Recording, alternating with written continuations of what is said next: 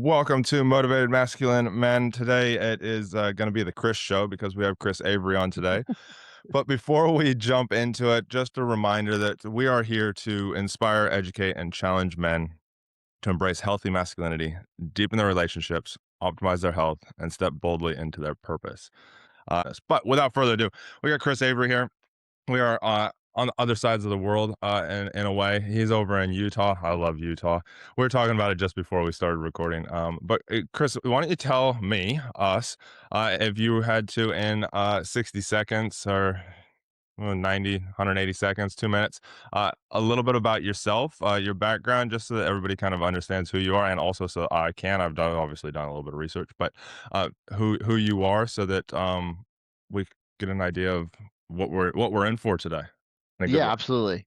Absolutely. So, man, I'm just a person that believes deeply in God and that we are unstoppable when we tap into his power. And so I didn't know that for long. I'm 41. I found God around 31. And so there was a lot of years without God. And I understand how bad my life can be with him and how great it can be with him. But man, I just really look at each man individually and understand that most of us are carrying around 300 pounds of crap that we should do, and we're told by other people. And I know it's not about doing more, it's about chipping away more. And it's about having them go into their list because this is the man I was for so long where I would say like man, I want to do this, man, I want to do that, and I know what I should do, but I want to act. So therefore, I changed my life and I became a person of action. And that goes back to even from, getting sober to training 1,400 days of running, which we can talk about because I'm going to run the perimeter of America, to running a marathon with no training. It became this thing of let's do these hard things. Let's overcome these challenges because they show you really how great you are, how unlimited you are. And that's what I'm a big fan of. I'm a big fan of helping people understand their true purpose and their true mission because that's what drives me every day is faith-driven purpose and mission. And when I get out there and I do that, man, I'm out there to serve others and life becomes more blissful. And so really those are the things I know about myself. I have two little kids. So I have a 4-year old and a 1-year old. I have a wife and we've been married for 8 years and it's been exceptional, man. There's been a lot of ups and downs through the running journey, through having your own business, through having two kids, through it all. But it's amazing, man. You grow, you learn, you understand yourself at a whole different level, and your kids help you grow so much in these. God helps you grow, and these challenges help you grow, and you get to see a completely different picture of the man that you are now today than you used to be. And I think that's profound. That's awesome, man. That's so cool to hear. Find out the faith side of thing is one of those big things that lots of people that I've talked to on here. It's huge. Whether it's God, whether it's self, whether it's it's just a bigger power of your family. Having faith in something that is a bit bigger than yourself. Me, I'm not a religious guy. I've got lots of friends that are, my best friend and all of that. I believe there's a greater power out there, but not so much put a name on it as God. I've had conversations with my old neighbor who just recently moved. He's Christian. We've had some deep conversations about which I know we will today. And I'm saying this more for not for myself or for you, but for the audience that might not be uh, Christian, Catholic. Might not have a specific religion. That it is that we need to have these kind of conversations. Which I'm so glad. I saw that you were very very religious, and I was like, I love these conversations because I'm not. And so Awesome. I wanted to ask the question of, for somebody who's not doesn't believe in God, let's say, believing there's a greater power that looks after us. I just don't put God on it. What would you say to me at the beginning of this conversation so that I keep listening? It's a good question. I would say that if you think that because you believe in God or not, if you think that separates us, we're already in the wrong spot because God brings us together. And so if we know that God is not necessarily just a thing to go like, oh man, do I believe him or not? There's principles and there are like talents given to you through scripture. So when you understand that, like you already know in your own life that these things are going to be applicable. So just stay tuned because there will be some principles you already that we're talking about. You may not apply to God, but you may go like, I already do that. Great. Check it off. Boom. But then there's going to be a couple where you go like, ooh, I didn't know that. Or, ooh, it gave me this little twist. Yeah. And now I can see it differently. And then you go like, now you feel inspired. And inspired comes from a word. I'm a big fan of origins of words, and it means to be in spirit, right? So inspired means in spirit. So if it resonates with you, just keep in mind that it resonates with you at your core. So no matter where the principle comes from, it resonates with you for a reason. Mhm. And know that means that you are meant to hear that and it's meant to be applied in your life for a reason, in a season, in a spot. I love that. It's so true. You know, we all have a core foundation that we live from, and those that fall from it are, you know, they're a bit lost, and we want to help guide them on the right track. Uh, Chris, so many things we could talk about today. So many things. Uh, I'm gonna dive into. Obviously, we're here to talk about men. I ran a business helping aspiring police officers with their fitness after burning out, hitting rock bottom, becoming steps off suicidal. And a lot of my audience will know this. Maybe some of your audience that are watching this might not. You probably don't, depending on how much you kind of looked into me. But I left the police, New Zealand police, in 2017 because of burnout, PTSD, steps off suicidal, depression, anxiety. You name it, I had it. Almost cheated on my wife. Found myself like almost acting on it, and then caught myself, asked for a divorce, then took and we were talking about it before we recorded, spent some time through that kind of Utah Moab-ish area, because I went back to my hometown, bought a motorcycle, and did 2.5 months on the road, 8,000 miles. I went all the way from Northern California to Houston and back, camping slash the last kind of 2 weeks was staying with friends and family, but otherwise camping, reconnecting with nature, and connecting with people again because I couldn't have this conversation. I was in the corner. Yeah, that kind of image that you see of people rocking in the Yeah. corner because they've seen some traumatic stuff. Yeah, that was me. I didn't want to talk to Mm. anybody.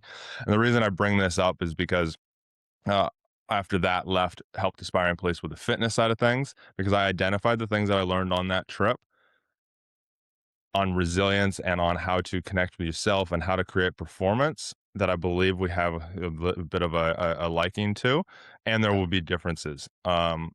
Because then I took those tools and helped aspiring police join the law enforcement, like pass their fitness test, and then and also use those so they didn't end up where I did. Right. Which Yeah. it sounds like a lot of what you do using that performance. So tell us a little bit about how you got to going from not really running at all, because running is something that I don't think, tell me if I'm wrong, but you do a lot of it now. It's still, you probably don't enjoy it. You're probably Right. not, don't Yeah. jump out of That's bed correct. going, oh my God, I get to go for a run today. There are Yeah. psychopaths out there that Yeah. do that. But I'm not one of those people either. And most of the cops and most of the people that I know are not. Uh, so tell me, how did you go from, I'm going to call it sitting on the couch and going, "Hey, I'm gonna go for a run," to now wanting to run the perimeter of America? Like, if people don't realize how far that is a long ass way. I mean, just across America is a long ass way, and we watched Forrest Gump do it a million times, it didn't really compute. But when you start to think about it, you're like, wait a second, the perimeter of America. And then I also want to know, when you say the perimeter of America, is that like running along the border and the coast and all the coastal highways and that? Or is it like taking the straight shot, like, cool, I'm going to go from San Diego to Jacksonville, and then I'm going to go up to New York, and then I'm going to cut it up to the main places? Or is it that you're going to actually run the whole perimeter, whatever perimeter roads you can find, you're going to run them? So those are my two questions for you. All right, Chris. I feel like there was more than two questions. I'll do my best to answer it all. You, Okay, if I let me. miss any, you check them off. I'm gonna summarize it real quick. One, how did you go from not running at all to now going, okay, I'm gonna run the perimeter of America? And Yeah. then three is, what is the perimeter of America? So I Yeah. guess Yeah. that is three Okay, questions. we'll give you the I'll give you the best answers I have. So first I want to emphasize I am not a psychopath. Since there's a lot of cops that listen to this, I'll see a lot of you guys on the road when I run the perimeter. There's I am not actually a not that many psychopath. cops listening to this anymore. It used to be, but not Oh, anymore. But all right. Well then I'm there full are psychopath. yeah, I'm full yeah. there are cops in Screw it then. America that will watch this, but that Yeah. I'm friends with, good friends with. But yeah, no. Okay. Um But yeah, so I hated running, right? I did it 5 times in 20 years from 13 until, oh man, now I'm going to challenge myself. I don't know, way too many years, right? So 20 some odd years, I didn't. So 30, in my 30s, I finally decided to run again. But 5 times in 20 years, I hated it so much. So I'm with you. There are, even as much running as I've done today, there are amazing things that come from it. But yet, I will tell you, there are very few times that I go, man, I'm lacing up my shoes. I can't wait to go for a run. You know, I'm going to be honest. Out of 14, over 1,400 days, over 4 years of running every day, I can probably count those in like a 30-day, month cycle of that's how many times, 30 times out of, 1,400 that I've been like, yes, I get to go running today. Um, yeah, man. So the way it started was this is my wife, girlfriend at the time, was going to run a marathon. And back then, I was like, oh, I've heard of these marathon things. Yes, yes. How far are these? And she's like, man, do you want to run with me? I was like, well, how far is it? She's like 26.2 miles. And I said, wow, that sounds really, really far. I've driven 26 miles. I don't know if I want to run that. And you pay people to do this. And she's like, yeah, it's great. It'll be so much fun. I'm like, yeah, count me out. I'm never going to do that. Don't ever ask me to run a marathon. I will never do it. Fast forward, we get married. She's going to run her last marathon, and her friends that were like training and were going to run with her dropped out because they didn't do enough training. And so that day, I decided I wanted, like, I became a different man, and I wanted to be a good teammate. Because back then, when she asked me the first time, I was loving the gym, right? I was working out. I love, looking good naked. What can I say, man? I'm a guy. Like, Isn't you go that to the any gym, isn't that most yeah, guys when they're young, like teenagers, they only yeah, start going to the gym or start working out because they're like, "I wanna look good at the pool, I wanna look good at the for beach, sure, lake, yeah, whatever it is, so that I can attract another woman." yeah, absolutely. When So really I it want doesn't actually necessarily always work that way. It's always no the guys attracts are like men. yeah, the guys are like, "You look good, man. You're looking real good." No, no, for sure. Um, anyway, so she's gonna run their last one, and so I jump in and I'm a good team, and I'm like, hey, I'm gonna run it with you. I don't want to, like train at all. So that's my only stipulation. I'm gonna get shoes. I'm gonna walk it. I just want to see if I can mentally do it, right? Because everybody trains a lot for marathons. They talk about how physically demanding they are, but I want to see mentally could I handle it. Mm. And so we go out that day, we drive there, and you're still questioning if you're even gonna do am I all right, I'm gonna get the free shirt and I'm just gonna wait in the car for you. Okay, I'll pick you up. I'll pick you up. No problem. Yeah. Yeah, I'll bring some ice cream. And you get there and you go do it. And when we finished, there was just something that got unleashed, man. Between, because I wasn't trained, I didn't know how to pace myself, I didn't know the gels or anything else about running. I just I went and did it, and when we got halfway through, I was starving to death. My legs were my quad, then my left quad, then my right quad, then the calves. They did it. The good fun part is it just moves. It just moves all over your body, so it's really enjoyable. And so we finish, and I just feel lit on fire. I feel like, man, I could die today, and I would feel complete and proud of myself. Like I feel like I gave it my all that day, and I realized there was something about giving it your all and something that I felt like a deep connection because my body and my mind was broken down, but I could feel that deep like connection to God. Mm. And so that was really the big catalyst that led to start running. So that because of those experiences, then we went into COVID time, of course, and everybody was doing nothing. So we said like, hey, the Let's best, run. yeah, right. Like the best logical thing is you've run one marathon. You didn't train for it, so you're a pro at that. So clearly, guys, stop. We don't need to do any more of those marathons. Let's do a 50 miler. So we went and trained and did a Ultras. 50 mile. So yeah, so she literally was the greatest support, man. She would drive every so many miles. She'd fill me or give me gels or water or help me whatever I needed to do. So we got that 50 miler done.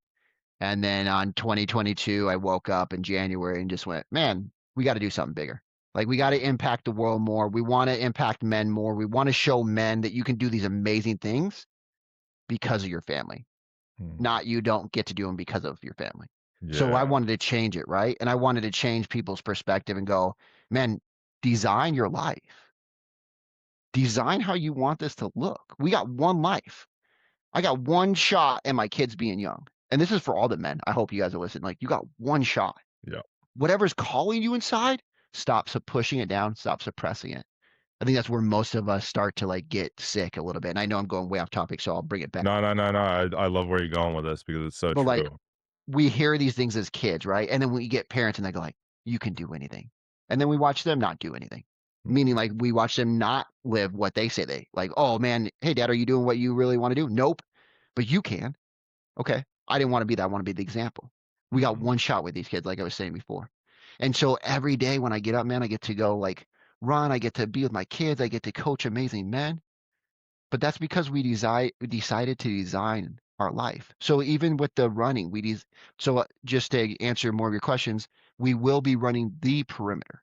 So as close, we won't be bushwhacking, but as long as we can stay on a road, we will get as close to like Border, safety wise, the border, safety wise, we the will. border, the border our Yeah, coast. we will get as close to the border. Just want to emphasize this: we are not trying to die, so we will get as close to the border as possible Yeah, without death. yeah. And then we'll start in Arizona because that's where we're both from. We'll run down through Texas, back down through Florida, up the East Coast, across the top, back down the West Coast. I It'll hope you're be starting in winter. we are. We're starting January 1st. So January There 1st you of go. 2027, There you we'll go. start in Arizona and we'll end back in Arizona December 31st of 2027. Wow. So and the reason I say that is because me and my wife, we originally when we started this whole thing, we were saying like, oh, let's run across, right? In January 2022 when I started, let's run across. And then we're like, oh, that's not that 3,300 miles. Here's a little ego. That's not enough, bro. That's not enough Mm, miles at all. And then we Google searched, oh, how many people have done that? 2 to 500. Okay. One of my things that I know about myself, I like to do unique things. I like to do things that seem really so crazy and hard that most people say like you can't. So neither of those were fitting in that category. Right. So then we're like, do we do a V across the United States? Like, how do we lengthen it? How do we make it more unique? And about 2 years into the run, my wife said, why don't you run the perimeter? And we started looking it up and seeing had anybody done a 50 mile, like a 30 mile or a 50 miler every day, and nobody had.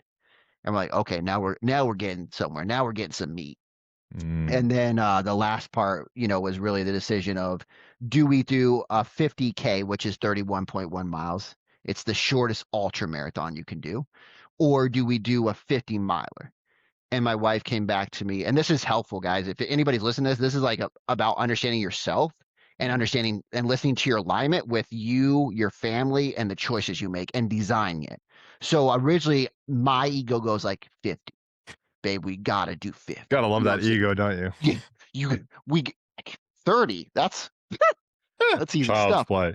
And then you can That's start to easy go stuff. We got three we gotta do 50. 365 days of 30 Yeah, miles. Okay, yeah. that's actually quite a Oh, lot. that's a lot. Yeah, yeah. So luckily she helps me rein it in. And she goes, hey, because we want to show people while we're out RVing, traveling with you, like that it's about family too. Let's do the 50K, so 31.1. I'm like, you're right, let's do that, And it's still in the back of my head. I go like, should we do 50? But I know 31.1 is the right amount. And I also believe that if I sent almost anybody out if they had decent health and said, hey, you can walk 31.1 miles in a Mhm. day, they could do it. So part of this is also to say like this is so small. It seems so big, but it's so small if you start on day one.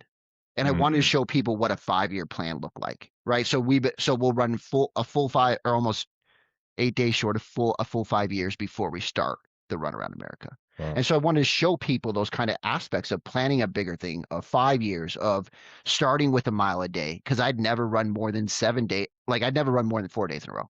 So I started with a mile a day just to see if I could run 7 days at a mile a day. And I made it so stupid small that I would laugh at Yeah. myself if I didn't go because like a mile, bro. Like I can walk. Come on, Chris. Like I can Yeah. walk a mile for 15 minutes. Most people walk a mile normally on every day. Well, Yeah, I shouldn't say most people, but somebody who's walking around at work or doing anything will walk right. over a mile Yeah. in a day anyways. Absolutely. Yeah, absolutely. So I knew like if I put that in, I could get it done each day. So I started that, and we're really started to go from the marathon with no training to that. That's how it all cultivated, and that's the perimeter run that we're doing in 2027. How long is it taking you to run? I'm just curious. How long is it taking you to run 50 kilometers? Oh, So I did it. I want to say I did it at the sometime last year, and we did it in about 6 hours. Alright, sweet. So you're banking on 6 to 8 hours of running a day. Roughly, yeah. And right now, like I'm running 17 miles a day, and that takes about 3 hours.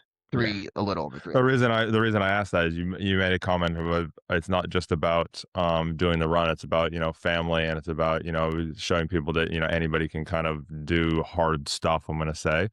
Um, and 8 hours, if we bank it on 8 hours, you're saying 6 to 8 hours, let's say, further down the track, it probably is going to be that eight, maybe even 10, but it still gives Sure. you a few hours a day to be with your family. I take it your wife is being a support vehicle, your kids will be there with you. And that is that, then you have that time to, while you're recovering in the evenings, you can actually have those, connect with them, go through what you've learned through the day of the running, you Absolutely. can connect through all those different things, which is so important.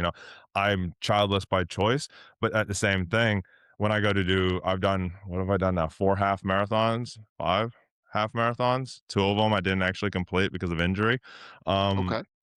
but one rolled my ankle really bad. It had some off road stuff and hit a cobblestone, rolled my ankle real bad, went straight into my Oh, knee. And gee. I was like, Oh, that was at 10, that was at 10 kilometers. Kept running till run slash jog till 16 Ks where my wife could pick me up. And I was like, nah, I'm not going to do this. I'm not young and dumb anymore. Um, yeah, yeah. I don't need to hurt myself to just make a point. I've done these before. And the one before that, I went into it with an ankle injury and hit the 10K mark. Oh no, I did complete that one. Sorry, I take that back. But I didn't. I was getting like going for an hour 45. And I'm going off on a tangent here, guys. But went for an hour and 45. I was on track for an hour and 45 at about the 10K mark, and then my ankle started playing up real bad. Like Mm, it felt like I broke it, and so I slowed right down. And it had a lot of hills and stuff within it, and running up the hills just killed the ankle. mm. But I did it, completed it in like 2:15, That's the half good, man. marathon with a screwed ankle. And I had people coming up, and this is I want to lean this into what you're doing. I had people coming up to me afterwards going, I could see that you were injured, but it's so great to see that you kept going. And thank you Mm, because it kept me going. I love And I that. was not doing it for them. I was doing it because I Yeah. was like, I've got to, like, I set my mind to this. I'm doing it. The last one, I was like, I should, yeah, I was like, I don't need to. We're going into it. My wife's like, don't hurt yourself. Like, you got, and what Got happened? I stuff hurt to my, do. like, but Yeah. it was like, I text my wife out when I rolled my ankle and I was like, hey, I rolled my ankle. I don't know if I'm going to actually finish this. And right there, that seed planted it that I wasn't going to finish it. And Mhm. but it was just, it became too much. But the reason I say all of this because guys out there, like, when we say we're going to do something, one, let's commit to it. But two, let's do hard stuff. But three, we also have to focus on, how do we do things for ourselves that actually bring in our family? So that kind of leads me to asking you, Chris, how is this? Obviously, you run your own business. I take it you're not doing a 9 to 5. I do. I remember. Yeah, I remember Yep. this. Yeah. I went from my own business back to a 9 to 5. I don't know. It's still I'm what 2.5 years into it, and I'm like, it's still like the freedom, the flexibility that you have of your own business Yeah. to a point, is great. What is your advice? Because I know you mentioned you teetered on a thing of just a little bit ago around like making sure that you're doing stuff for yourself as such. And I'm paraphrasing that, not your exact words. Making sure that you're doing stuff for yourself. I'm a huge believer on it. My motorcycle trip that I did, really taught me I needed to put myself first, and it is actually being selfish. You need to be selfish sometimes so you can actually fully turn up to your partner. You can then fully turn up to your family. You can then fully actually turn up to work. What is it that you teach your people, your brotherhood, as I'll call it, on how to actually do that when they only have so many hours in the day and they're also working 8 to 9 hours a day, 10 hours a day Yeah. to pay the bills to put a roof over the family's head? Yeah. It's a great question. I'll say it this way, Chris. When we look at most things, we put things, and you did it towards the end, you put things in hours. And, for the selfish conversation, I love the word selfish personally. And I like to change it to self-full because you said, like, how do we show up full? And that's really the question. Like, most of us are having this conversation of like selfish or selfless. And it's like, you're right. When you take care of yourself, you show up selfless. When you take care of yourself, you show up self-full. So the question isn't, is it selfish? The question is, how do you like, what is your intention with your family? Is the intention of your family to be around them for longer? Like for more hours, or is it to be a higher quality hour? Mm, And so to me, like looking at these things, I don't look at the time in these like I got to spend an hour with my family. You, if I mean, I spend way more time than that, but my point is like the time that I spend, like I can spend an hour watching TV or scrolling on my phone next to my daughter while she plays on the floor. Is that a good quality hour, or am I better to go spend in between like clients and in between running to my little girl? I come in the house, she goes like, "Hey, Daddy, play Play-Doh with me." And I go sit with 15 minutes and we're, playing Play-Doh together. We're creating things. Which one's better? mm, And I'm going to tell you, get rid of the what we do, especially like for men that are serving their purpose or working on business or these run things or whatever it is that's big for you that you go like, man, I just can't get myself to do it. Stop trying to say it's hours. yeah. Stop trying to say that business task can take you hours. I have a man get a clock that's called this is called a Pomodoro clock. Okay. Ooh, Costs like 20 bucks or something less than that off Amazon. If you know what the Pomodoro technique, you already know what this is. But if you don't, then I'm going to tell you. So Pomodoro believed like you put things in 20-minute segments. Cool. We can talk about like brain function and all that crap. I don't care about that. I mean, I do, but I mean, like, that's not the point of this conversation. The point of this conversation is say, put a timer on your phone, get into action, whatever you want to do, and make it high quality and high intention. Most likely, if you get yourself started with a 2, 3, 5 minute, hence the 1 mile run, if you look like all this mm, stuff's tracking in my own story. If you do the 2, 3, 5 minute, most likely once you get started, you'll keep going. The hardest part is getting started. yeah. But to me, when I look at like family and stuff like that, I look at life as all work. I don't separate my business from my run, from my family. Because what most men do is we go to work and we give it our best. And then we come home and give the family our rest. And to me, that's just unacceptable. So I look at, and even again, going back to the run thing, my wife asks me like, "Hey, when we get done with," because I'm gone from the house quite a bit for running, and she goes like, "When we get done with the run thing, will you, take some days off?" And my response was this: I won't run as far as I do now, but the day I choose to run, like stop running, is the day that I choose to not want to feel good. Mm, So to me, like when we say selfish, I don't think it's that way. I think the problem is we think I got to go do this thing and separate myself from my family. Like you can go get O'Brien and push your kid. You can go like mm, you can have a special time where do you know how cool it is when I leave and I come back and my little girl's like so happy to see me? Only because I left. yep. If I would have just been in the house, she would have just been like watching Dad's her here. show Yeah. or playing her game, and then she would have been like, "Oh, hey, Dad," 20 minutes after I was in the room. "Oh, hey, Dad, there you are." But to me, like, part of this is understanding your intention. And I don't even know if I answered your question, to be honest, and I apologize if I didn't. No, you did. But when I look at these things, man, I just think we have to start to categorize them. So think with belief, speak with trust, act with faith. And so when we are thinking about this, we have to understand like how we're thinking because right now the thing is we're thinking at our limits and our like incapabilities instead of speaking to our capabilities and the way we can get things to go and get things to work. And I say look for ways to win, not ways to lose. Because every day when I run, I have to find a way to get the 17 miles done. And if I look for the way to lose or like, oh, I can't do this, as you said, you planted the seed of I'm not going to finish. Yeah. If I already plant the seed of like, oh man, this is so hard. Like, I just don't even know how I'm gonna I really love to see my kids more. I would, but I just don't even know how to do that. Your brain already goes like, okay, we don't know how to do that. Yeah. So shut down. We It's the won't even, language. The yeah, language we we won't go. use is what we Of get. course. It's how we speak to ourselves, right? Like we are controlling the system. And if not, the system's controlling us. So either way, if we're bad controller of the system or if we let the system control us, we're headed in a shitty, sorry, I don't know if I can say that word. Yeah, you We're can. headed, okay, we're headed in a shitty direction. But when we actually get clear intention and understand our focus and where we're headed and the purpose behind it, man, now we're the controller and we're a damn good controller. Yeah. No, I fully resonate with everything you said, and I hope everybody who's listening understands. Like, I'm gonna put it into like simplistic terms. The language we use is what we get. Where we focus is where we go. Yep. And that's how I look at it. And I just by you talking, I was like, crap. The words that I used when I asked the question were not words that I believe or that I actually use like would teach or would like anything. But I'm like, man, in that moment, I actually recognized that because I don't coach people that much and I'm not using it all the time, I've actually lost it. I've Hmm. lost a lot of it, or it's Hmm. good. It's been put on the back burner, let's just say. And so because it's not practice, I'm not using it all the time. So it's so important, that whole thing of, like you said, when I'm done with this run, am I going to keep doing it? Of course, I'm going to keep doing it, and I need to keep doing it because it is now part of me. It's like me and my weight training.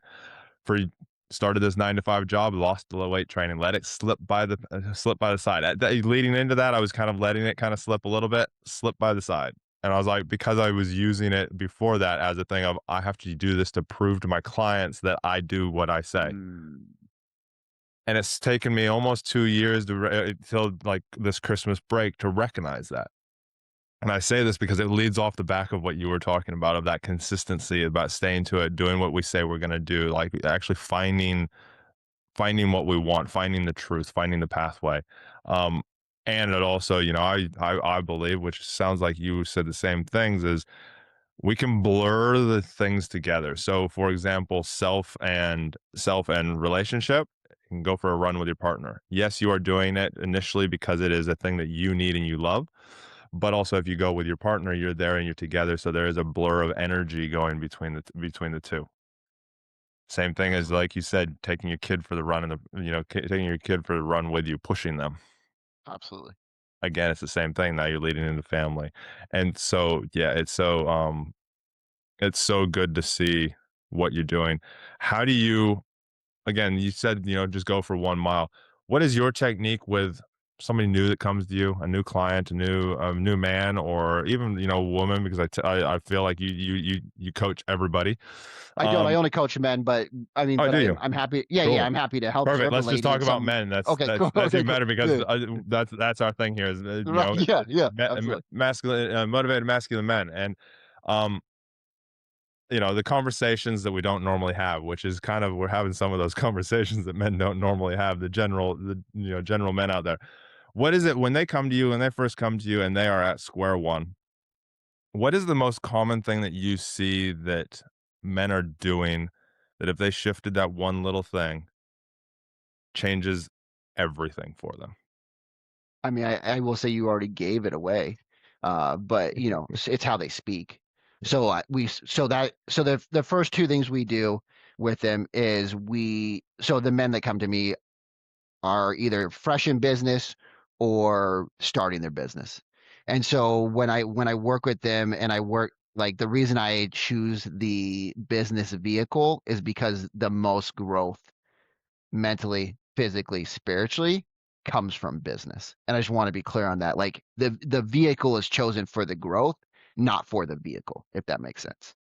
And so when I look at men and I first get with them, I get them into action. So I find out one thing that they're really not doing, and it can be specific to their business. A lot of times it is, and then we help them act on that right away, instantly. Like the day one, day two, you already be acting on it because most people, most men know what to do.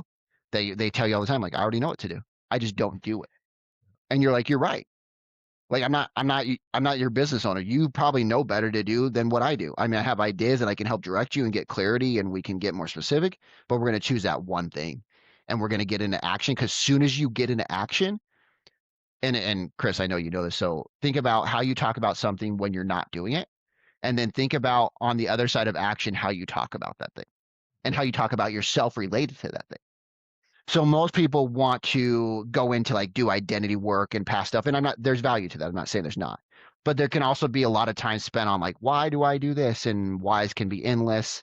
And I don't mind, like, we dive in a little bit to the past, but I'm more focused on where do we take you? Because if we understand where you want to, it's like you said, and I'm going to share a quick story. There's this Go. archer, and he's world famous archer, and he's standing on stage and he's speaking to a big crowd and he says, "Hey guys, I guarantee in 5 minutes I can teach anybody in the audience, even if you never shot a bow, I can teach you how to be a better archer than I am." And of course, everybody's like, "Yeah, right. Like you're the best." Clearly not. And he's like, "Somebody who will come up on stage." So somebody raises his hand. He calls them. They come up on stage. And he's like, "All right." So he's showing him how to pull back the bow. He pulls out the target and he shows him the target. He's like, "All right. So here's how you do it. Here's how you aim. Let's do a couple practice shots away from the crowd." And everybody cheers about that part. And so then the guy pulls it back and boom, he hits the target. Doesn't hit bullseye, but he hits the target. And then the archer says, all right. And he says, like, tie this blindfold around me. Okay. And then he says, spin me around. Okay. Spins him around. And then, he can't see anything. So he says, hand me the bow and arrow. So he hands him the bow and arrow and he pulls it back. And he pulls it back as far as he can. He's aiming towards the crowd. And everybody's like, don't shoot, don't shoot, don't shoot. And he lets it back down. He takes off the blindfold and he says, here's what I'm trying to teach you guys. If you don't know what your target is, you'll never be great, right? You'll never hit it. So to me, when we look at helping these men in the first steps, it's always understanding like, okay, what is your target thing that you're not doing? Because that's your target. That's what, as you said, whatever you focus on, you do more of. So you're hyper focused on that. How do we get you to go around that tree and realize that's just a tree? And then get action on it. And then they see it's a tree. And then they talk about that tree differently. And then they talk about themselves differently, correlated to that tree. And then it switches their mind because what we're doing is priming something. Yep. So it's like a pump, right? If you ever been on a ranch and there's a well, you got to pump, you got to move this handle up and down and it primes the water so it comes up. Yep. That's the same thing. We're priming your brain. Hence the word think, speak, act, as I said, TSA, right? We're priming your brain to go where you're supposed to be going, not stuck where you're at because you're so focused on where you're at. So we prime brain. And then once we prime the brain, the action starts to prune the old vision of you. So we're priming and pruning. And really that's the first thing we do with people. It's amazing. Yeah, it's so true. What we think about, what we talk about, and then what we do is it makes everything. You know, I Yes. I think about since I've started getting back into the gym the end of last year, like actually doing like dedicated, not just like, oh, a few days here, a few days there, a few days here, a few days there. I'll lose it for a couple weeks, and I'll be the first one to admit that I got that way. You talk to any of my clients and they will be like, why you did what, how, like, but it happens to the best of us. And it's the way that you start to talk about it. I don't say, "Oh, I might go to the gym tomorrow." It's now I've gone back to my old habits. I'm going to the gym tomorrow. I'm going. And then the days I recognize it this week, there's been a few times where like, late nights or whatever it is, and I've woken up, hit the snooze button, and then gone, oh, I'll just reset my alarm for an hour later. Once I do that, because of having to get to work at a certain time, the gym's out. And I put a thing on my thing years ago. I'm not going to the gym in the evening because I don't want to deal with all those people. Yeah, so I think we know those people. We Yeah. do. And it just becomes way too busy, and then I get frustrated, and it defeats the purpose of the session. Um, Abs- and so I didn't go, and I started an accountability group with some guys, totally free, just helping guys, get into the gym, lose some weight, and of course, that's the kind of that's the vessel. The main thing is how do we get these guys to take action and stay on things. More because also I was like, I need something extra besides just my plan. I need something extra. And I think that's so great that you're doing what you're doing for business guys because I've been in business groups, I've been in masterminds. One of my really good friends helps people build masterminds and that as well. And being in those groups, your energy just changes, and it is amazing. Chris, to kind of tell us a little bit about exactly what it is. You've kind of already said it, but exactly what it is that you do, and then how people can get in touch with you. And I will make sure that those links are down in the and that's down in the description as well. I appreciate it. So, like you said, the short, cleanest form is we group coach, we have a brotherhood that we run, but the truth of the matter is we like to look at it like we're going to war Mm, because business and life it is war, spiritual, worldly warfare.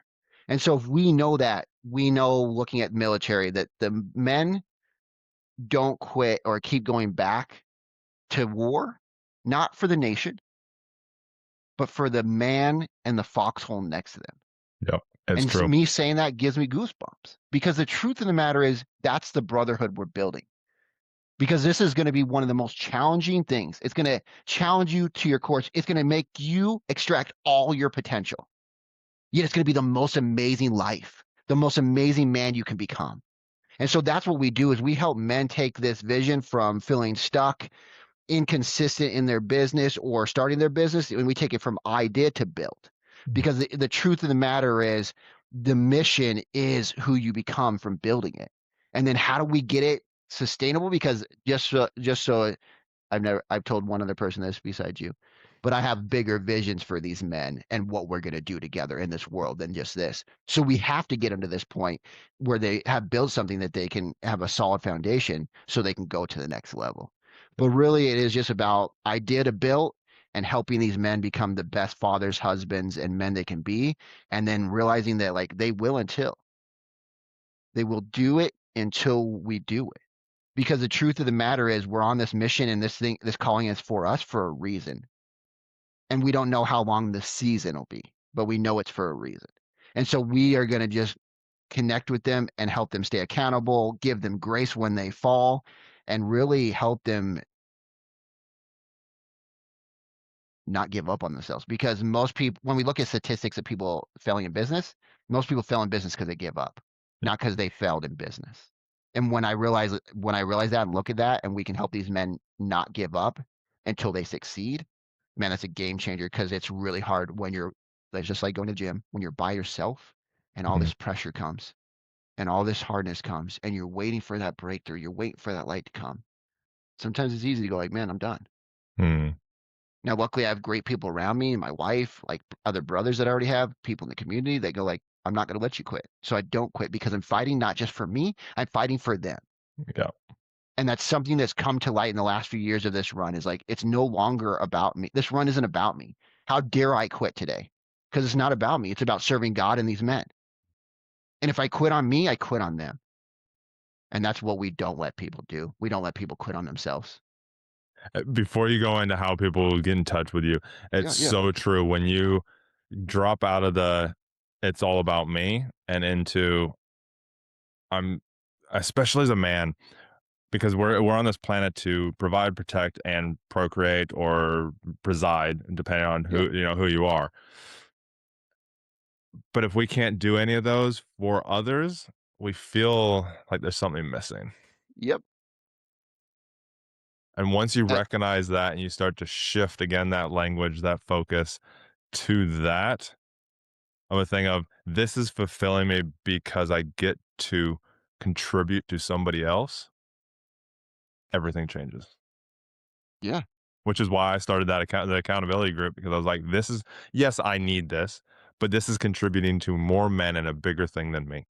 right. Absolutely. I have like And it, 6 or 7 guys in there, I think it is, and it's like every day, like some of them are very quiet, but I know most of the guys that are very quiet, and it's partly their personality as well.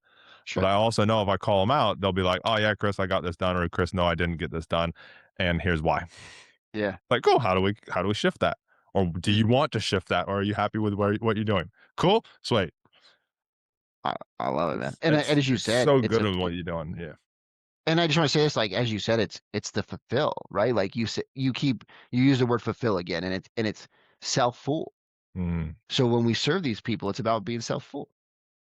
And when we like help them grow, we get to become better because it really helps us grow at the same time. Like that's one reason I chose coaching as my vehicle was because I knew if I was going to ask anybody else to do anything that I wanted, like that I was going to tell them to do, like I have to be doing it myself. And if I'm going to ask them to level up their life, then I better be leveling up in front of them or the, like what's the point, so like I knew that about business, so that's one reason I chose coaching because I knew it was a vehicle that was going to demand the most of me. mm. Yeah, and we learn the most from teaching. We do for sure. So on that, how does somebody get in touch with you if they wanna, inquire Yeah, inquire further? my bad, my You're bad. so humble, you're So so humble. so I have all uh your links anyway, so I drop them in the description okay, regardless, but all right. You can find me on Instagram. You can go to Chris Avery Coaching if you want. I'm the guy with that has like a yellow jacket on and my beard's full of white snow and stuff from running out in the winter. So you can find me on that. You can go to Chris Runs America if you want. We have a newsletter. You can drop us. Like you can also go to Chris Runs America on Instagram if you want to just follow around the run journey. If you want to be more the coaching side and the run, then you go to Chris Avery Coaching. awesome, man, awesome. I mentioned before, and thanks for that, everybody go check it out. Uh 'Cause, yeah, you never know what you're gonna learn. Taking, learning one thing, shifting yourself 1% every day for a year, what was it? It's like 280% or something, you'll be different by the end of the year.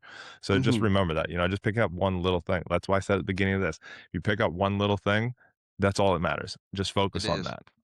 Yeah. Chris, I mentioned it before. Provide, protect, and procreate slash preside. Yeah. Because I'm not having kids, so I can't really say procreate. But we are all, as men, we are actually put on this, and going back to the faith side of things, we are put on this planet to procreate, to find a mate, to Yeah. bring more life into this world. But I believe that we can't do that successfully or to the highest level if we aren't really clear on how we provide and how we protect. And when I say protect, it's not physically, it can be emotionally, it can be spiritually, it can be whatever it is that you need to protect. It's protecting us guys love to fix things. I don't know if you recognize that, Chris, working with men. We love I to do. fix things, even when we shouldn't. Yep. um, and then, provide. It's not just about a financial thing. My wife has always made more than me. It's not a financial thing. It's a providing what you can from where you are at, whether that be faith for for yourself, whether it be just holding ground in space and making a freaking decision for myself. I'd love to know your insights on that. And I'd love to, because this podcast is about having those difficult conversations that we don't normally have as men. A time where it's been difficult for you to do one or all three of those. Yeah. It's a great question. I'm gonna start where I fall short. Um, so going through this journey of running and growing a business has been extremely tough financial. And, like I look at the past and I go like, man, my wife has given up a lot of things and they're worldly things, but they're still things that most people want. And so to me, I look at that and what I realized during those times is this: they bond us together. Mm, Most of us look at these things as like a threat to who we are. And uh, looking at that, it can be challenging. I mean, I'll just say for me, it was challenging and confronting, because I go like, man, I feel like I have good worth in myself beyond just a dollar amount or providing to a certain level, but it's still challenging. And then, like, I'll be honest, I would go and I would talk to my wife about it, or sometimes I cry. And it's like, man, as a man, I feel like worthless. mm, And not even worthless, like worthless. And so, like to me, I'll be honest, like especially at the beginning of this journey, the income changed so much because of like starting a business, and then the run took some of the money from the bit. So there's like all this, and it hasn't been a like long gap in between these. They kind of got started very close together. And so when I look back, I go like, man, there were even times where I go like, am I worth even being here on earth mm, with this happening? And this was, years and years ago, but it's still like it was very confronting. And I had to realize that my value to my family wasn't just in the worldly things. It wasn't just in the consumption of things. It was in the creation of things. And most of us think about life as a consumer. But when we think of life as a creator, now it goes like, yes, maybe we don't have the amount of money we could have if, or a steady income, or however you want to look at it, that we could have if I would just go get a regular job back then. And then I realized like, but here's all the things I lose out on.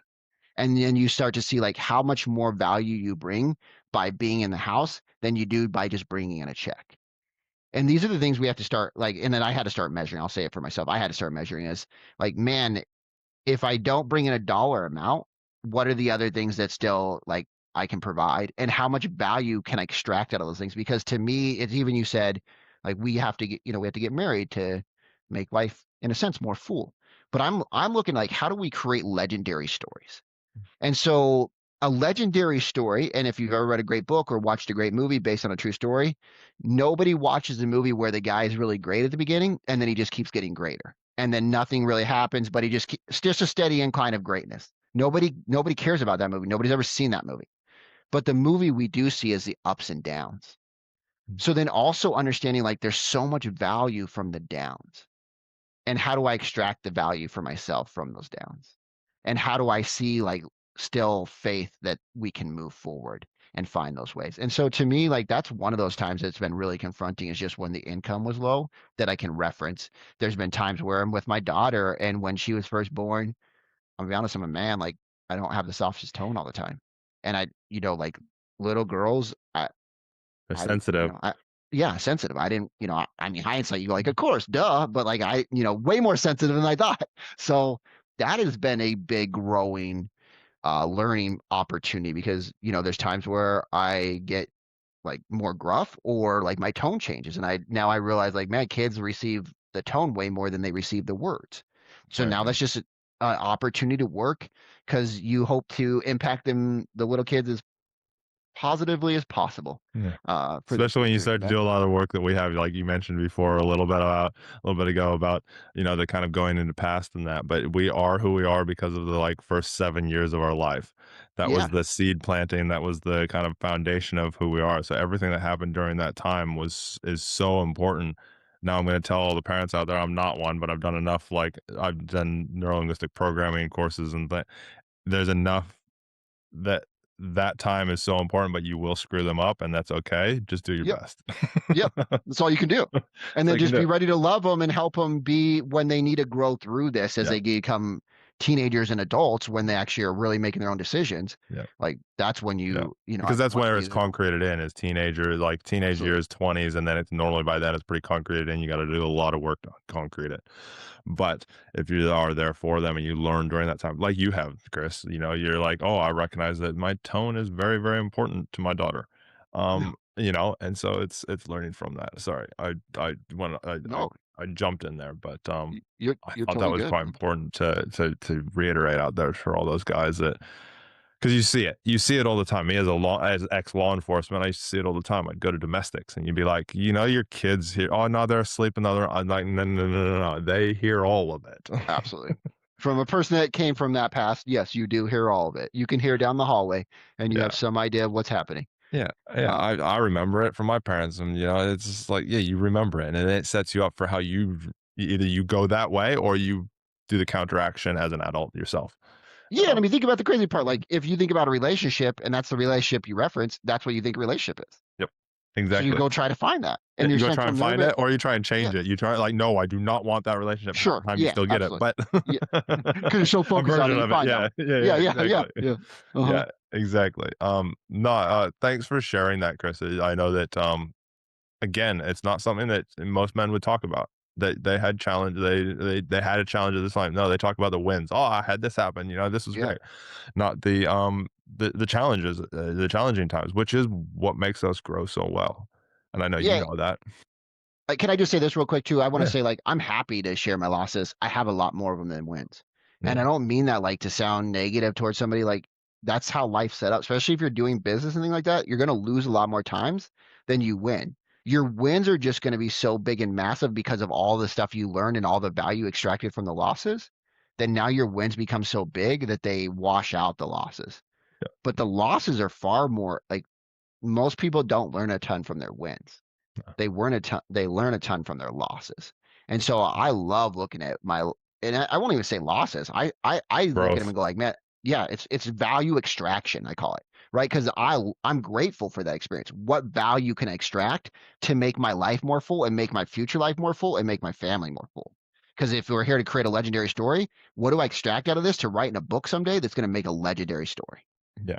Yeah. No, I agree. I'm in sales. I work in Okay. sales. So, I just did a sales course last week and it was reminded to me that the average closing rate is 30%, Hmm. which means you have 70% no's. Yeah. And okay. It is an industry where you are told no majority more than you are told yes. Okay, so cool. I love that you brought that up because I was going to say this and now I didn't say it. And I'm going to say it now. Perfect. So I'm just going to use this because I love this.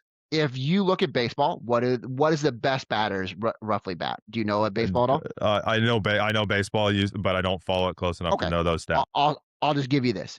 It's the people that are the best that are going to the All-Star games are in that 300 range, right? The best batters for the year are right around that 300. That means they strike out seven, as you said, out of Mm, 10.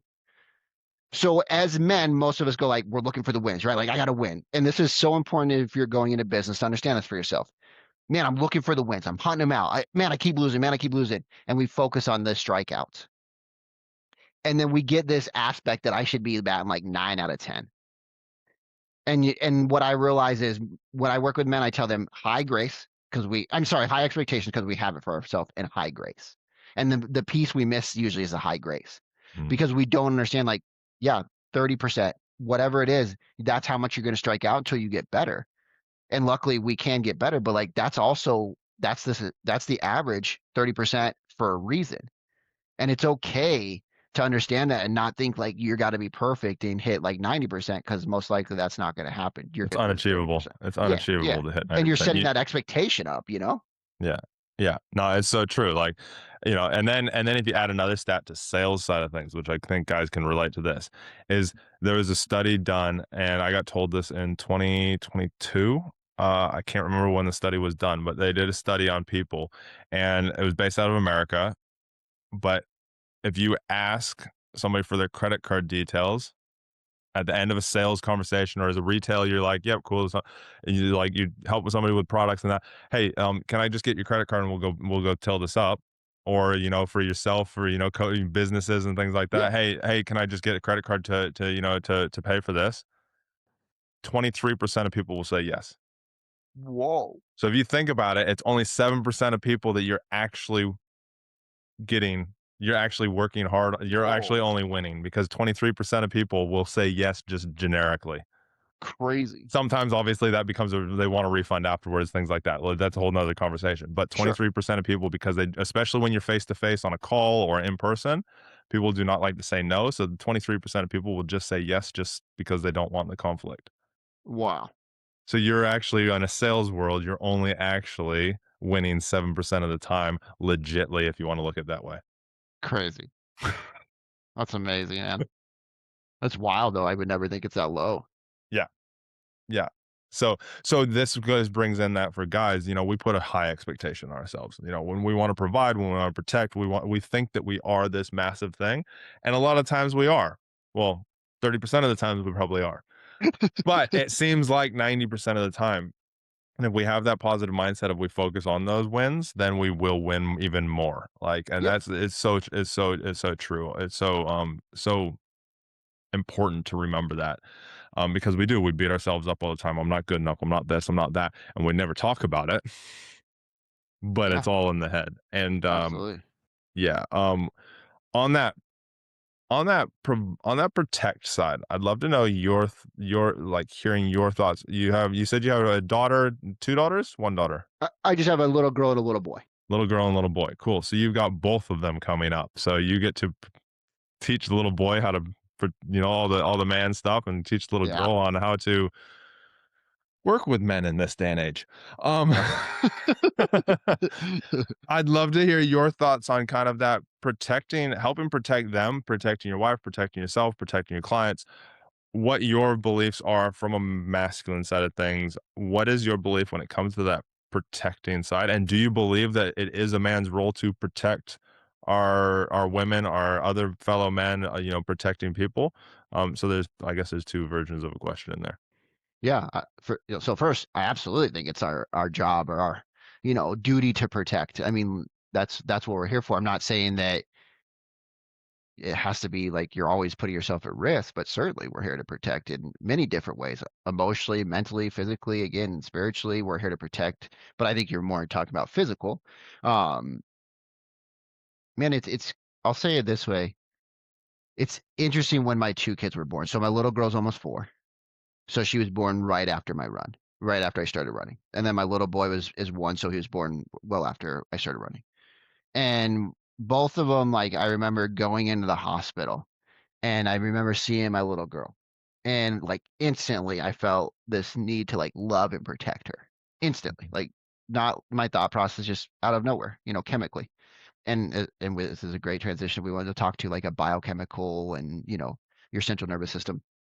But then also when I had my little boy born, he went to the NICU, and so me and my wife were in the room together, and I just turned to her and I said, "Man, it's amazing how instantly, as soon as the boy was born, I said like I need to rough him up, like I need to be harder on him. I'm gonna have him be like just more physical." And it wasn't like a thought process like, oh, he's a boy, I got to be more physical. It just naturally felt that way. Like Mm. he was two levels in the hospital above me, and I just still felt this like connection of like I gotta show him how to be a man. Or you get And to. yeah, that's true. That's true. Yeah, yeah, that's well said. Yeah, I get to. And I love having a boy and girl. It's one of my most favorite things. But I certainly think that's the challenge I feel like right now in society at some level is that confusion of like, do we have that responsibility? Is that really what a man is? Is that what a woman is? And I'll say like if you want to be a good leader and you want to be a good member to your tribe, because I like to look at it that way, like we're tribes. If I want to be a good member to my tribe, like I'm going to do whatever it takes to figure out how to protect and provide for my tribe. Mm. And that if that means like scuffed ups and battles, then it may. If that means like going to like provide for them by like creating networks and connections, then I'll build bridges too. But sometimes you got to blow up bridges and sometimes you got to build them just like in war. Because like I told you earlier, we're at war. So sometimes I Right. got to blow them up, sometimes I got to build them. But I'm responsible to do both. Yeah, so it's so true. I love the way that you said that because yeah, we do. I do personally. I feel society's at a turning point right now where it doesn't quite know. There's been so long where there's been this push, and I'm all for women to have equal, opportunities and that. But there's been such a push over the last, what, 60 years, maybe longer. I'm getting those numbers probably wrong, but there's been such a long push for focused on women. Something else has got to give, and I do feel like the guys have given, and there is a bit of a I know what you're saying. I'd love to hear your thoughts on it, but there is a bit of a pushback now, a bit of a not screw this, and that's where the Andrew Tates of the world kind of pop out because you Yeah. have to have the polar opposite in order to find a balance in the middle. Um, but on that, what do you see from working with a lot of men? You're working with a lot of men, have been for quite a few years. Uh, what do you see as the commonality that they're challenged with the most when it comes to identity or as the masculine side? And what do you see as the possible solution out of this? It's a good question. I've never been asked that before. I think that, most men that we're struggling with is just really is what they're doing the thing they're supposed to be doing. And I think there's that question in the back of most of our minds. And if this isn't hitting hitting Oh, what it you're is. asking for, It then is. please tell me. But like, when I look at most of these men, it's this constant like, okay, is this the right thing? Like, Mhm. okay, am I doing the right thing for my family? Is this the right use of my time? Is this the right use of our finances? Is this the right? So it's this constant thing of like, am I a good captain for the ship? And I don't, and man, from the women's rights movement and stuff, and I want to say this, like we're good men. We agree that women should have equal rights. That was never a debate for most men. The question is, do we need to put down the other side of this, like the other sex, and put him down and tell him he's worthless in order for it to be equal? Mm, And I think that's the pushback you're feeling now is like we're tired of being degraded. We are a valuable resource. We are a valuable thing that adds value to people's lives and makes it more full. We don't need to be talked to like we are nothing and we don't mean anything. And I think and again I think like you said, Andrew Tate's, and then you got the left side of that group, obviously the exact opposite. And then I think there is that middle where most of us want to like find somebody that we love, find somebody that we connect with, find somebody that can like be that other half, that yin to the game. And really, so when I look at men, the biggest challenge I think is just them constantly questioning, is this the next right thing? And I think that's the big challenge because most of us when we're kids, we grow up very uncertain and we mm, grow up with parents not helping us feel certain just because they don't know how to, right? They weren't mm, raised to do that. And so now that we're learning more of that, we understand how to reinforce the certainty in people's decisions or how to help them, which is even more important, is how to make the choice, mess it up, not do it correct, and still be okay. And that's the bigger thing that I love working with men is like, how do you like the truth of the matter is we're going to mess it up. We're not going to make the right choice. I mean, that's like trying to tell my child that's 3 to make all the right choices today. She's not. That's like trying to tell my boy like to go to the potty, and like always go to the bathroom. He pees in his diaper. He's not going to. So like we're not going to. Like we need to treat ourselves like we're little kids and have more grace. Like God sees us as little children. That's the reason he has so much grace for us. And so to me, that's the side where you go like, for these men, it's okay that you're gonna make a choice. We're gonna put action behind it. We're gonna learn something, or it's gonna work. Either way, we win. The only way you lose is by staying where you are. And that's the same, like for men, I think that's such a truth to life is it's not about doing the perfect thing. It's about creating progress and growth in your life. And so when we work with men, we look back at the uncertainties, and the uncertainties come a lot of like, again, the perfection thing, right? Like I got to make all the right choices. If it don't, like we create this catastrophe story, like we'll be homeless, or oh my goodness, like my wife will, whatever it is. The worst And case none of, scenarios. yeah, absolutely. And that's for most of us. And once we help people understand their central nervous system, understand their biochemical change, understand TSA, think, speak, act, things change, and you stop going into the fight or flight, and you're much more into the calm and making decisions from the prefrontal cortex. What do you say for like, I mean, I know like I don't worry so much about it, but I know so many people that do, that worry about if they do the wrong, like, I guess it comes back to a little bit of what you're saying, but if they are the man that they want to be, but then get degraded by the people that are around them because they've done the wrong thing, quote unquote, because of the society that's come in. Like, for example, I'll use an example. The other day, I was talking with somebody and it's Pride Month, I think this month, or yeah, Pride Month. And they're like, oh, Chris, what do you think of for Pride Month, like, what is this? And I was like, well, it's the way that somebody, what did I say? I said something along the lines. I was being a little bit of a smartass, to be perfectly honest. Because for me, I'm like, again, I think of everybody as equal. I'm like, I don't care if you want to be a cat. I don't care if you want to, if you're, gay. I don't care if you're straight. I don't care if you're a woman. I don't care if you're a man. Whatever. Just don't hurt me and don't tell me that I have to believe what you believe, because I'm not going to believe what you believe all the time. Yeah. And I felt like she got quite offended and was like, "Oh, you need to rethink." She actually said, "You need to rethink the way that you like look at that," or something like that, something along those lines. And I was like, it threw me for a second. She is quite young, but I was like, it threw me for a second. I was like, and this is the problem, because I can believe what I believe. I'm not hurting anybody else. I'm not telling anybody that they can't go do Pride Month, that they can't this and that. But I'm like, also, don't force it down my throat and tell me I have to believe the way that you believe, because I have my own beliefs. I have my own upbringing. So, what is Yeah. your thought on that with having two kids coming into the world now, on how we navigate that situation of this, I guess, this divide of like everybody wanting their opinion to be the only opinion. Yeah.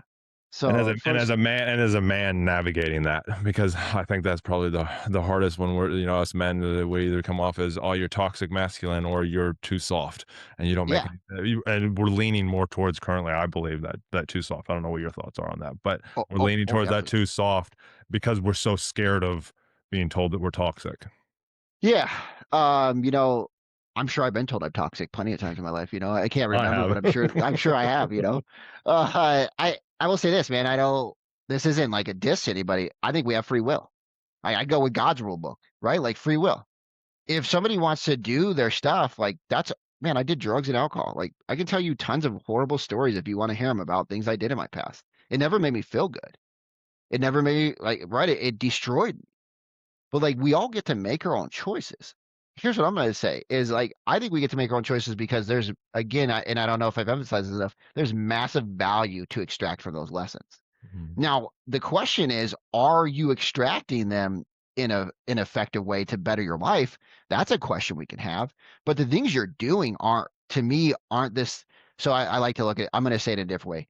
If you look at Satan, his name is Lucifer. That comes from light bearer. They think Lucifer was a trial lawyer in scriptures, right? He was a trial lawyer before he became like Satan. And so that means he brings our trials to light. So when we're going through things and having things happen to us, these are just trials to see how we handle them. They're shining lights on our weaknesses, our sins, whatever you want to call them. But the truth is, when we make these choices, it's just light. It's shining light to see how you're going to develop and grow. And so for me, like I like to go with principles. Hey, these are the principles. Like, hey, kids, these are the principles we live by. People are not going to live by those because there are principles. They're not their principles. So just realize when you get into the world, like you're going to have your own principles. The truth of the matter is you just got to be whatever your principles are, whatever your rules for life are, you got to feel concrete and stand in those. And if you need to adjust them, you can. But let them be adjusted internally. Don't let them be adjusted externally. And I think that's a huge difference is most of us are adjusting our principles by people telling us what we should do. And it goes back to the 300 marbles of pounds of, that men put on, like, right? Like everybody tells me who I should be. And I think kids are no different. I was no Mm, different. And the truth is like start looking internally for what matters and realize like everybody has free will. I tried to control a lot of people when I was younger. Never worked once. It was hard enough to try to control myself and make my own choices. And so once I realized that and I realized God gives us free will, like who am I to steal that from you? yeah. Yeah, it's I'm so not bigger true. than God. What's the balance between, you know, enacting your free will and then, like, diminishing somebody for their beliefs? Will Because you ex Yeah, yeah, will you explain that more? yeah, so what I mean is, like, you see it a lot going around, like, the whole, like, my belief, like, you should be doing this, you should do that. Kind of like the situation that I kind of was thrown at, but I'm so confident in myself. I was like, meh, whatever, and just carried on. But there's so many Right. men out there that aren't. So it's that, like, you have your belief around, like, I'm like, cool, yeah, sweet, do whatever you want. Yes, I have my beliefs. I'm not going to force them onto you either on, I'm gonna put it out there, the cat thing, like Yeah. identifying as a cat. I'm like, no, Yeah, this yeah. is like BS.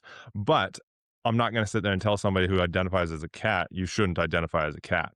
But Right. at the same time, the cat will tell me that I have to use their pronouns and their things like that. And I'm like, I don't know if you've watched Landman. There's a really good scene that went quite viral on this I whole haven't. thing No. No. of the one main character's daughter going into a dorm room and the person going, "Oh, I'm a they them. You need to this," and then like, "Oh, your energy," like was like all these things of like, "Oh, this is my safe space," and your energy and is diminishing this, and it's not like all these different things around like you have to embody what I embody, or you just can't be here. And I'm like, how do we navigate around that?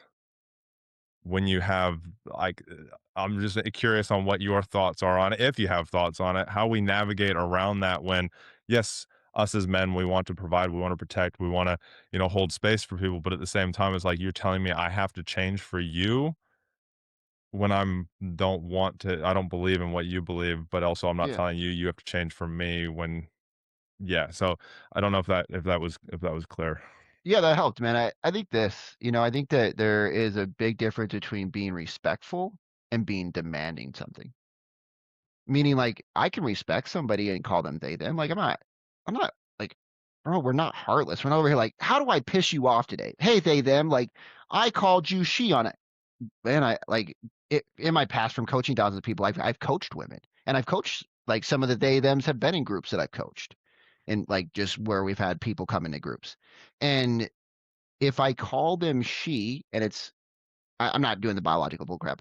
If she was born a woman and I call her she because she looks like a woman, and I used to have long hair down on my shoulders, my head would be down. I had beautiful hair, had curls to it. It was gorgeous. Any woman would be I had happy to that as a have it. teenager. Oh, I was as a okay, teenager sailing around the world. I had the same thing, hair halfway down my okay, back because yeah, it was either that or a buzz cut shape, on a yeah, boat. It was like, yeah, yeah. And so like people used to think I was a woman when I had my head like I wasn't offended. So to me, it's like there's a difference between like demanding something and demanding respect and then me giving respect. And most people want to demand respect in this world. And what we need to do is be giving respect more, if that makes sense. Most people that are telling you like you should be this way, they're trying to demand respect from you. And I don't know if you've ever tried to demand things from people. It doesn't go very well. not at all. So to me, the truth is stop trying to demand respect and do become a person that earns respect. And if you're doing things that you don't get respected from, either you can change your group and stay away from that group, or you can become something that's more respected. And so when I look at people like that, man, like I'm happy to call you they them. I'm also not going to go out of my way to like if you get offended, that's on you. I didn't offend you. You got offended. Mm, And that's the truth of the matter, right? Again, like the responsibility. I know I brought up the other our word respect, but the other side of it is responsibility. Like it's your responsibility that you got offended. It's not mine. Like as long as you don't kill me, But I think, to go back to your answer, when somebody physically harms me, that's when we have to like start to restrain, right? And I'm also a big libertarian. So I'm big, like part of the Constitution of don't don't impede on my happiness. But the only way you do that is by physically harming. Like then that's where the law has to step in and say that's not right. Yeah. Right? We have that responsibility to each other to protect each other, and that's where even in today's world, and I'm sure you see what's going on in America, it gets even more mushy and confusing because Yeah. of There's so many gray all the areas of falsehoods everything. and Yeah. yeah, yeah.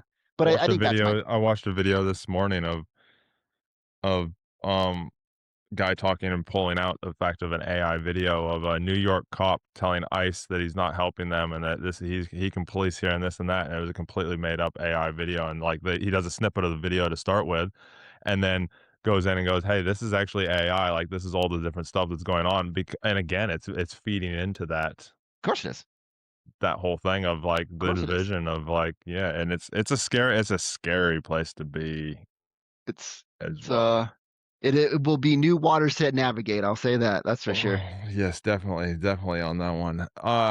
Before we wrap up, Chris, because I value your time. Before we wrap up, I just want to talk about relationship real quick from that faith side of perspective, but also just from being a man on how because I started this whole thing because I really want to help guys find the relationship that I have.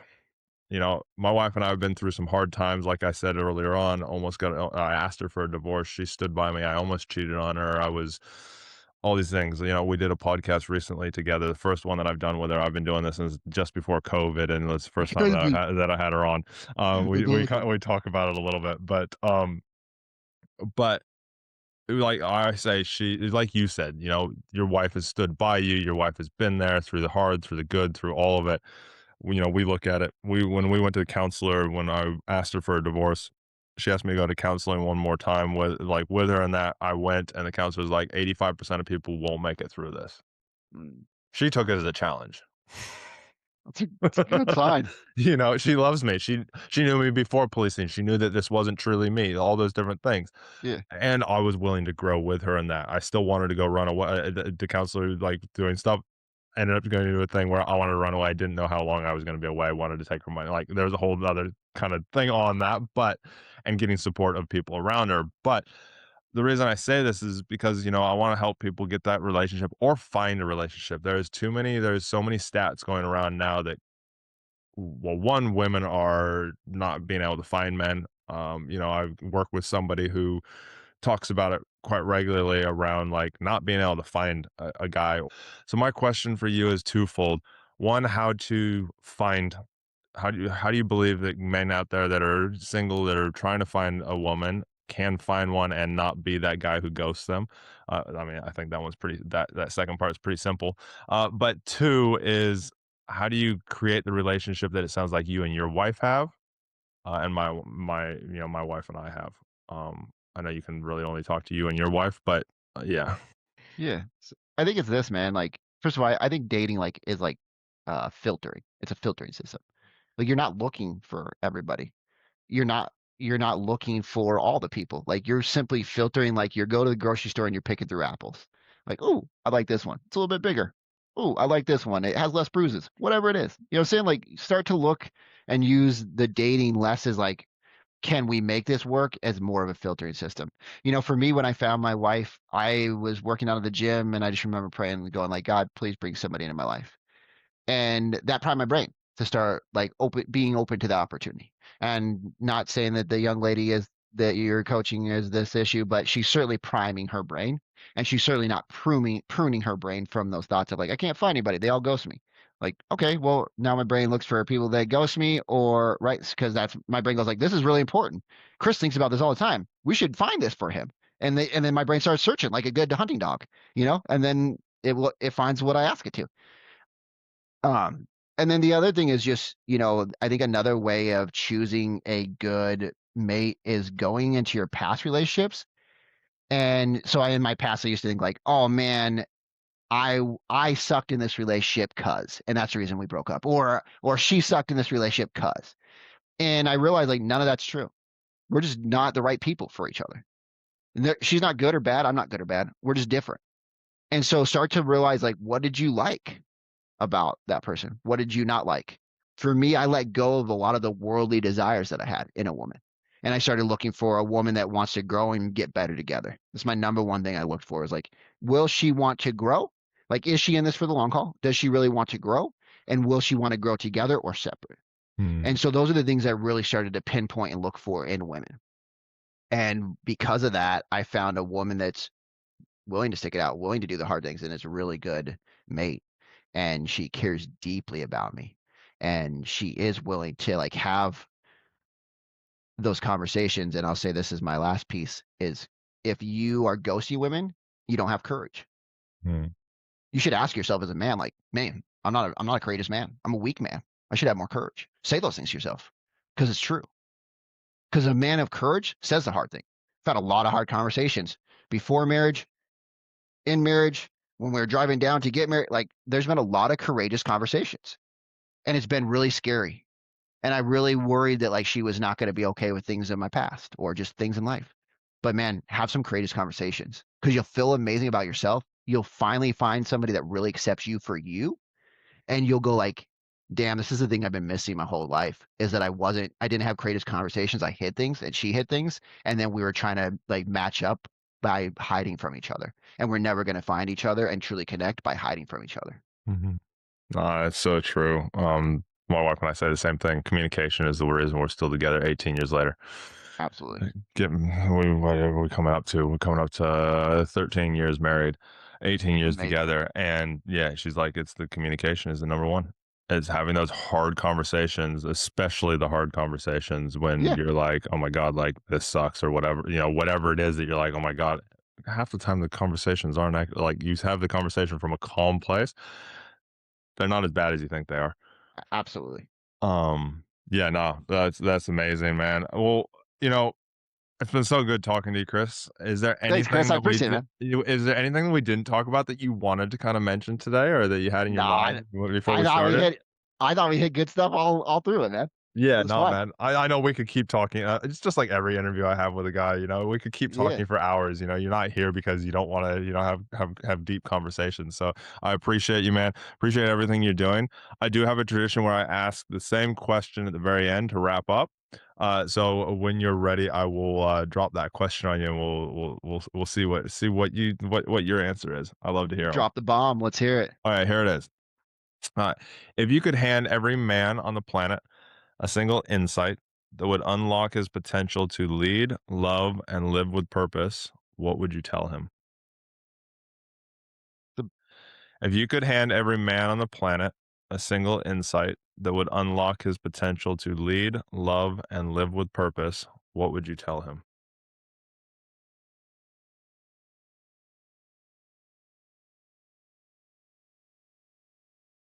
trust yourself more. Mm, I think the internal you is far more wise than you give it credit for. Stop listening to so much outside information. It's one reason we're not in our coaching, we're not tons of like information. Like listen to yourself. Trust yourself more. awesome, man. I appreciate that. Some good, wise words there to wrap up. Thanks again, Chris, for being here. Thanks for everything you're doing for men out there, especially when it comes to that business perspective. I know that there's so much more that goes into it.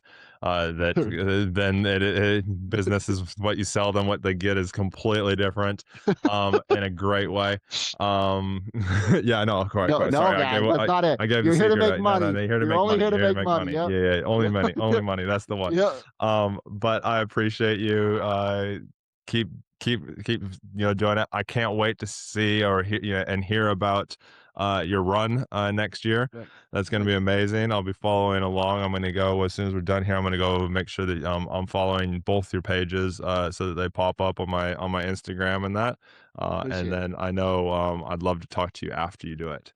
As Cool. well. That'd be We cool. can That'd be definitely do that. very cool to set up a conversation after that, or even at any time, man. If you find that you're like, hey, actually, I want to have another conversation because I've gone through something challenging. Yeah. We're here. We'd love to listen to it as well. So, Cool. I appreciate that. for the listeners and viewers that have made it this far, Thank you for watching the whole thing. Thank you for listening. I'd love if you could drop it in the comments. What is it? What was your one insight that you took from this? If there's more than one, that's fine as well. But what's the one insight that you took from this? Because I'd love to hear it. I'd love to hear your thoughts on it. And then also, if you know of anybody or if you are somebody that wants to be on here, just like Avery's team, Chris's team, sorry, reached out to me and was like, "Hey, we want to get Chris onto your show." I am always open to it.